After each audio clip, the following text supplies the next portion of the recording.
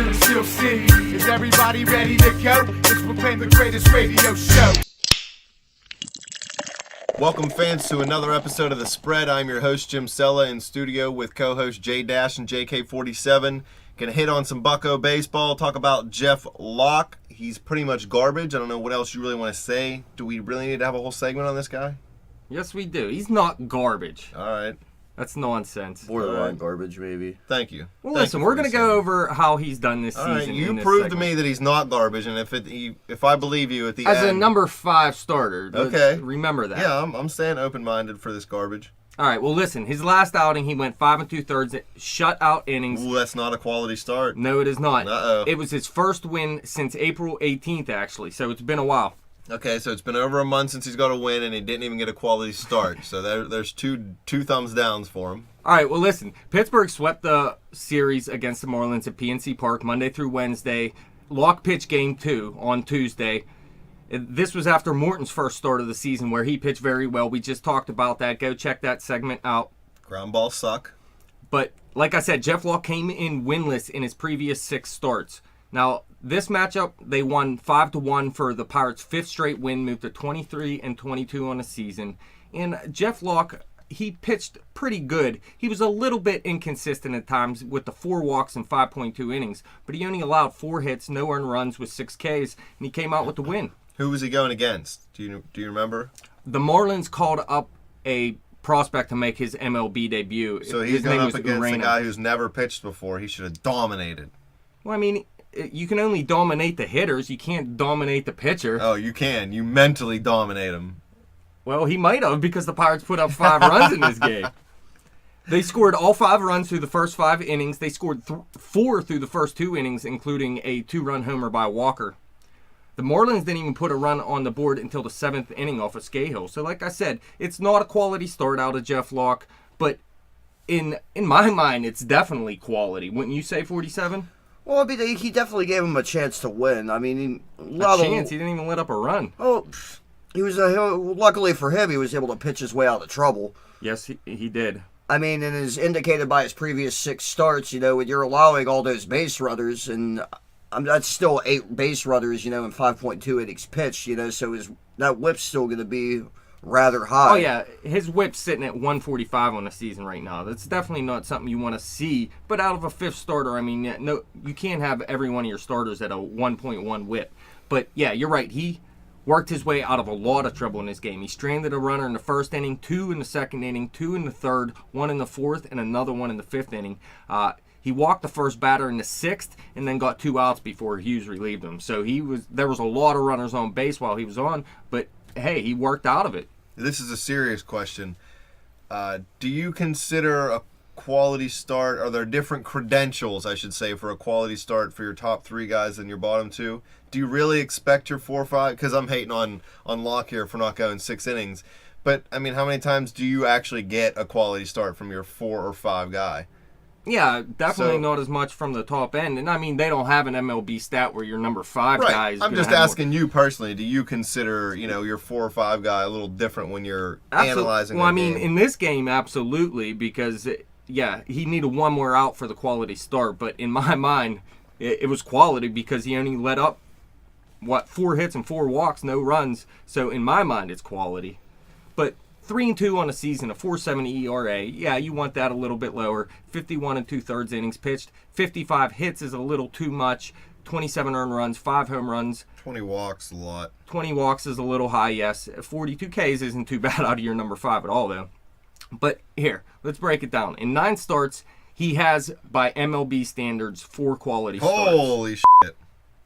Including allowing just 3 runs in 14 innings over his first 2 starts of the season. He started out real hot at the beginning of the season. His first 2 starts, he looked like he did, what year was it? 47, 2013 when he looked good, or was it 2012? I think he was almost an all-star one year, wasn't he? Yeah, maybe 2012.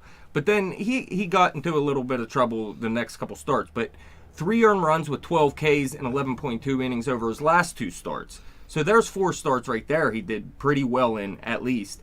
He also had a start versus Cincy where he allowed 4 runs in 7 innings. You remember he got hit up early, and then he settled down and pitched 7 pretty good innings. Well, that was back on May 5th. The thing is with Locke, too, is it's his command. Whenever his command, Locke could be among the best in the game whenever he has his command, but whenever he's not commanding that fastball of his, and he's wild and he's walking all these hitters, that's whenever you see him start to get in trouble. That's when he starts to get hit around a little bit. So like I was saying, he had, actually by MLB standards, 4 quality starts in 9 starts, okay? But then he had the one where he let up 4 runs in 7 innings, and then this last outing where he went 5 2/3 and let up no runs. So 6 out of 9 starts in my mind were good to acceptable out of a 5th starter. Do you disagree with me in that? Well, over his last 2 starts, no. But, I mean, the previous 6 you don't like this between May that, 5th start where he went 7 innings, 4 runs? You can't take that out of him? as long as he gives it depends on what your offense does, you know? Well, I understand. I expect the offense to have a chance to win that game, though, at least. And out of your number 5 starter, that's all I'm asking. No, I mean, well, right now the offense is in high gear. You know, we're scoring runs, and I mean, and right now we can give our pitchers some leeway. You're right. But yeah, like you said, he's inconsistent. And there is actually 2 starts in the season where he let up 5 runs in 3.2 innings in 2 different starts, and one with 4 runs in 5 innings. So that's his 3 bad starts. And he's not giving you a chance to win in those games, and you can't have that. But you're not going to get quality starts every single time out from your number 5 starter, in my opinion. Now, if you don't want Locke in this rotation, it's not going to be Nick Kingham, because he's done with Tommy John surgery. 2 of the 3 big pitching prospects for the Buccos have had Tommy Johns now, Kingham and Tyon. Yes, Tyon's not going to be coming up anytime soon to be in this rotation, and Glass now is definitely not going to be coming up anytime soon. Well, he'll blow his out by the end of the year. So I'm thinking either Clayton Richard later if Morton or Locke don't work out, and if not, you're going to have to make a deal with the deadline. Unless, I mean, if they pitch like this through the season, I'm not completely disgusted by it. What are we doing to our young pitchers, 47? Why are they all blowing out their UCL? Well, you know what the funny thing is I was thinking about this, you know, whenever we were losing 21 years in a row. And, you know, you look at all these draft picks, and you got to start with Chris Benson for one thing, and all of our pitchers that we were drafting were blowing their elbows out. You know, and I was actually listening to the Fan this morning, and they were talking about some of these guys and how they were injured, and how some of them, actually Bobby Bradley, I'll actually name him specifically, and this is a guy who actually pitched through a lot of his problems. But he had injury history as far as being a 13, 14-year-old kid. But we drafted him. He actually was dominating in the minors before he had Tommy John surgery. Yeah, but Tommy John nowadays, they actually say there's a better chance you come back as a better pitcher. But how many of these guys are actually winning Cy Youngs after the Tommy John surgery is what actually I'm going to try to point out. You know, I mean, that's a stat I'm going to actually have to do some research on. Well, how many guys are winning the Cy Young outside of Clayton Kershaw? Well, this year it's going to be somebody else other than Clayton Kershaw. Oh, he still has time to turn it around, but I agree. It should be Garrett Cole right now. No A.J. Burnett in that discussion? Before this last outing on Thursday night when he let up 4 runs in, 5 2/3 innings, Jim and I had an argument. Not really an argument. We were debating. Either Cole or Burnett would have been good options, but now Burnett had the 1 down game. Cole was still pitching strong through every single one of his starts this season. I'd go Cole over Burnett right now, but either one still has time to turn it around, obviously. Be the first, if one of them would win the Cy Young, be the first Cy Young Award winner in Pittsburgh since Doug Drabek back in 1990. Drabek was my man. Actually, Smiley came in second place in the 91 season, if I'm not mistaken. That's going back some years, though. So what are you looking at Jeff Locke moving forward? Is he going to stay in this rotation? Well, I think we need the lefty. I like the balance in our rotation right now, to be honest with you. I actually was a big advocate of keeping Locke in the rotation over Worley. I've never truly been sold on Vince Worley myself. I like Vance Worley more, but Locke deserved to stay in the rotation over him this season. Definitely. And moving forward, like I said, 6 out of 9 starts, I'm happy with Locke.